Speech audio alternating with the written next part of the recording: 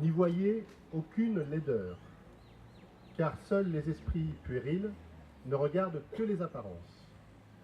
N'y voyez que les symboles que porte ce monument. Il est érigé pour honorer les combattants de Verdun, français, allemands et réunionnais,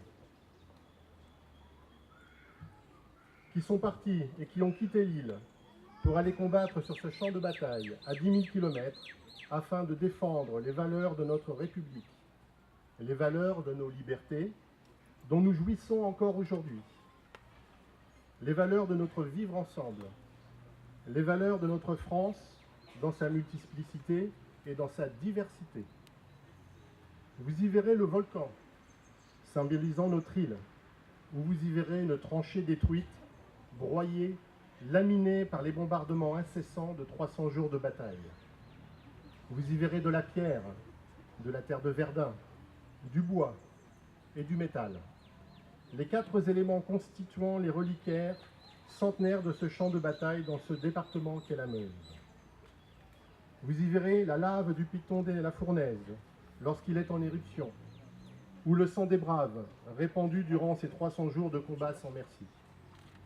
Vous y verrez des hommes partis combattre pour notre patrie, ayant souffert de privations, de soif, de manque de nourriture, des conditions de vie effroyables, du manque d'hygiène, de l'attente du combat et du bombardement mortel, de l'assaut inhumain à travers les trous d'obus, les barbelés, les balles sifflantes autour d'eux, les camarades blessés criant leur souffrance et leur détresse, les corps sans vie de ceux qui viennent de tomber ou ceux qui sont tombés il y a quelques jours.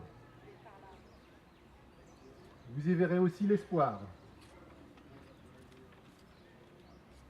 de pouvoir rentrer chez soi malgré toutes ces épreuves, de tenter d'oublier l'enfer vécu, que ceux qui n'y sont pas allés ne peuvent pas comprendre, ni même imaginer. Ces hommes étaient vos grands-pères, vos pères, des membres de vos familles, des proches, des personnes que vous connaissez. Lorsque vous traverserez ce square, regardez quelques instants dans la direction de cette stèle, pensez à eux et à ces valeurs qu'ils ont su conserver pour nous en se sacrifiant afin que vous n'ayez pas à le faire. Dans le cœur de cette stèle sont insérées de la terre du champ de bataille de Verdun, la médaille commémorative de la bataille qui fut décernée à tous les combattants français ayant survécu à cette bataille, et une disquette informatique sur laquelle figure le nom de tous les Réunionnais mobilisés pour ce conflit, le nom des 55 Réunionnais tombés au champ d'honneur à Verdun, et le nom de tous les Réunionnais tombés au champ d'honneur durant cette Première Guerre mondiale, et enfin, un message de paix pour les générations futures, car n'oublions pas que les poilus de 14-18 se sont battus et sacrifiés en pensant faire la DER des DER. Je tiens à remercier ici les services de la mairie de Saint-Paul, M. Dorval et ses équipes de maçons et carreleurs, M. Lamel et ses menuisiers, Mme Paulin et son équipe, les employés du pôle culturel de la Maison Cerveau, et Didier Prevel, le fondeur d'art, qui s'est dévoué pleinement pour la réussite de ce projet, et tous ceux qui ont participé de près ou de loin à l'édification de ce monument, car